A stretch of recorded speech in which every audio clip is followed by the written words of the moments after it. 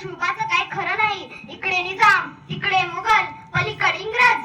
जो तो हेच बोलू लागला, राज्याची सेना मुठभर, खानाला कसा फेकणार, काही लढवावं म्हणणार, चिंतेत पंत सरकार. तेवढ्यात रायबा म्हणतात, महाराज आपण काही दिवस अन्नस्थळी निघून जावे. मासाहेब म्हणलात, काय म्हणलात राबा?